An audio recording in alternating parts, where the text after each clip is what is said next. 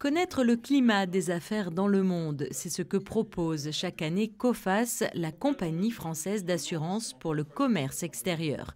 Ce mercredi matin, une centaine d'entrepreneurs monégasques s'est donc retrouvée au salon Bellevue du Café de Paris pour écouter Julien Marcilly développer ses arguments sur l'année écoulée et sur l'année à venir.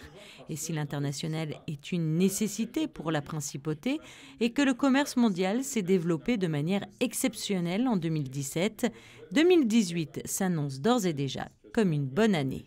2017 a été une année qui est plus positive que prévu, avec beaucoup de bonnes surprises, que ce soit dans les économies avancées ou dans les économies émergentes. C'est vrai qu'on a eu plutôt pas mal de surprises, que ce soit en provenance d'Europe, même des États-Unis, où on pensait que le cycle d'expansion allait arriver à sa fin.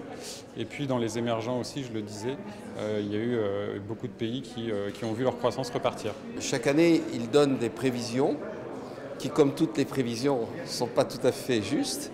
Mais au cours de l'année, nous avons la possibilité de suivre les évolutions et selon la tendance, ces évolutions donnent d'autres orientations aux entrepreneurs monégasques. Dans notre scénario, en fait, 2018 sera l'année du pic de croissance, tout simplement parce que dans les émergents, on a vraiment l'impression que le processus de redémarrage est en cours. La reprise a été plus tardive que dans les avancées, donc on s'attend à ce que ça se poursuive cette année.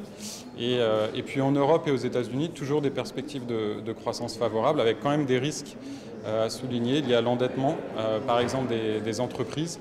Et puis, de plus en plus d'entreprises font aussi face à des problèmes de recrutement. Elles trouvent de moins en moins de main-d'œuvre disponible. Donc, ça pourrait, vers la fin de l'année 2018, contraindre un peu leur activité. Et si les agrégats économiques semblent bons pour 2018, les risques sont aussi élevés. Des problèmes de recrutement certes, mais à cela s'ajoutent les risques de change dans les pays émergents, comme par exemple en Afrique, ou encore des risques politiques avec de nombreuses échéances électorales, notamment en Amérique latine. Alors même si la croissance repart, les entrepreneurs devront prendre en compte ces différents facteurs pour mener à bien leur stratégie et atteindre leurs objectifs.